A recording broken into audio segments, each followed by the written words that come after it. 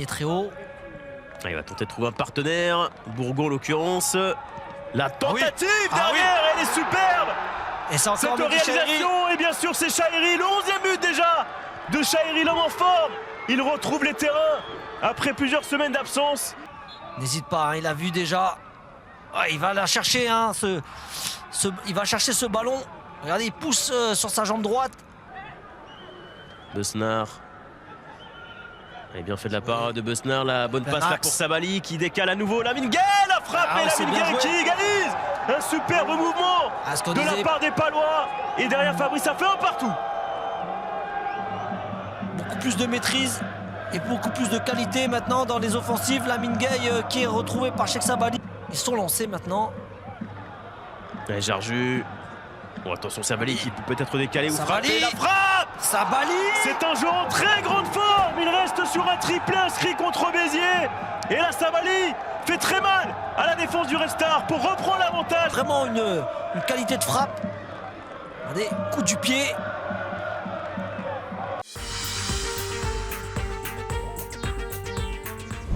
C'est ça, c'est exactement ça. Attention.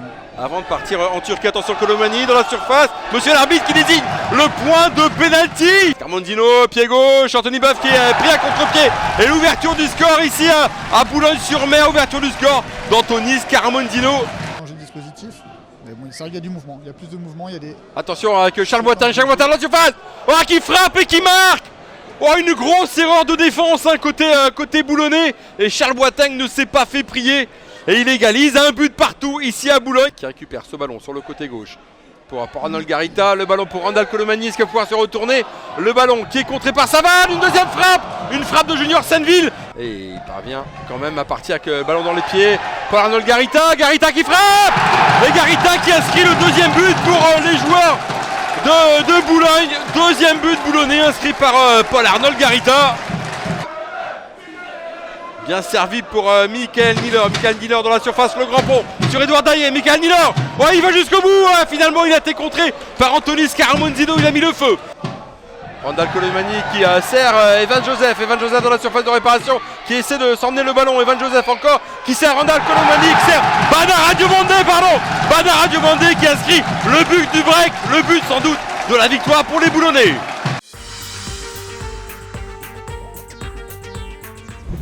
On a hâte de le voir parce qu'on sent qu'il a du feu dans les jambes, il a de la technique avec ce ballon pour Ndiaye qui va pouvoir centrer dans cette surface de Jonathan Rivas.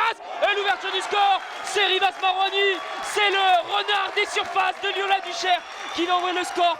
Tout part de Kebal une nouvelle fois. Et alors bon. Par contre Ludovic Pancrate, rien à voir avec Fabrice Pancrate, hein, même si c'est vrai que Blas c'est le frère de. Ouais, attention, on va quand même suivre cette action avec Jonathan Rivas. C'est 2-0. Et Jonathan Rivas, c'est le renard des surfaces, c'est l'un des meilleurs buteurs de cette équipe de Lyon-la-Duchère. Rivas qui vient profiter de l'erreur de Madi Soare.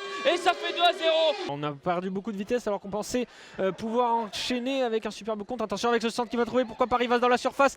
Rivas qui va essayer de remettre sur Grain qui va centrer. Attention le bon ce centre et il est. Attention la frappe et il est dedans.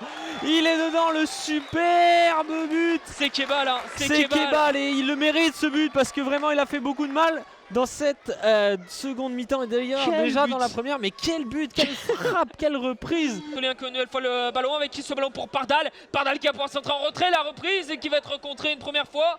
Ça va quand même revenir avec Mogdad dans cette surface de réparation. Il y a un ballon et le but, la réduction de l'écart signé Fabio Soares Pereira.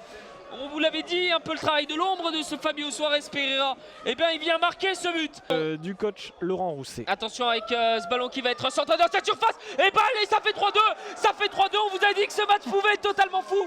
Et Lyon-la-Duchère qui vient se faire surprendre une deuxième fois. Alors, c'est un match qui va devenir complètement fou. On n'entend pas encore le Cop Scholte, ça pourrait venir tout à l'heure, mais attention à ce centre, la possibilité, la frappe, l'arrêt, un réflexe, l'arrêt quasi miraculeux de Steven Hanna. Il fait tourner avec Hassan Benali. Benali qui a été décisif cette saison, ballon en retrait, c'est bien joué pour Abdelmoula. Pour Dacruz, la frappe de Dacruz qui a ouvert son pied, ça passe au-dessus. Pour Chergui à l'entrée de la surface de réparation. Chergui qui rentre dans la surface de réparation. Au premier poteau qui va frapper, attention, au deuxième et c'est but. Ah oui, où n'est, je me semble, l'ouverture du score pour l'équipe locale. Pour l'équipe du Puy, El Koumisti qui écarte pour Chergui. Chergui à l'entrée de surface de réparation qui centre. Et c'est un nouveau but avec ce coquin de Chergui. Mexokoshi qui se trouvait sur le côté droit. Puis peut-être de définitivement asseoir le résultat avec Traoré et les transversales. Fixer la défense. Serein qui rentre dans la surface de réparation, qui frappe. Et bel arrêt. Avec El Koumisti qui a pu prendre le ballon sur un contre. El Koumisti qui voit Niang devant le gardien. Et c'est le troisième but pour l'équipe du Puy ce soir. Troisième but qui va sceller définitivement la victoire pour notre première victoire à domicile de la saison.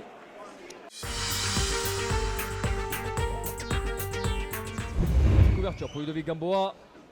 Boudot. Gamboa pied gauche. Oh, ça c'est un bon stop. Penalty. Bizet. Ça passe devant tout. Bizet pas de position de hors-jeu. C'était pas signalé. Derrière Ludovic Gamboa. Ça sera sorti un pied gauche premier poteau.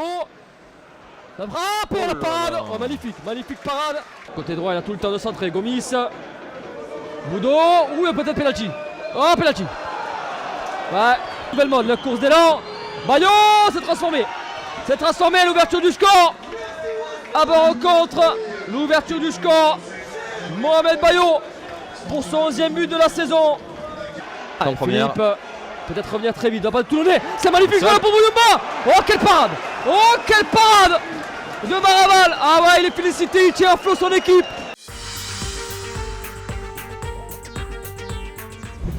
Le débordement sur le côté gauche de Dominique Pandor qui rentre dans la surface. Dominique Pandor, ça arrive dans les pieds d'David Paulet. Après David Paulet. Et la ouverture du score du Gazélec Ajaccio. Elle est signée David Paulet. Attic, attention. Oh, attention, ce ballon dans la surface de réparation et l'égalisation. L'égalisation de cette équipe de Bourg-en-Bresse. Et alors, qu'est-ce qui se passe? Oui, il y a égalisation, elle arrive. Il est passé Dominique Pandor qui décale vers David Paulet, qui frappe David Paulet, c'est sauvé. C'est sauvé par Ndika sur sa ligne.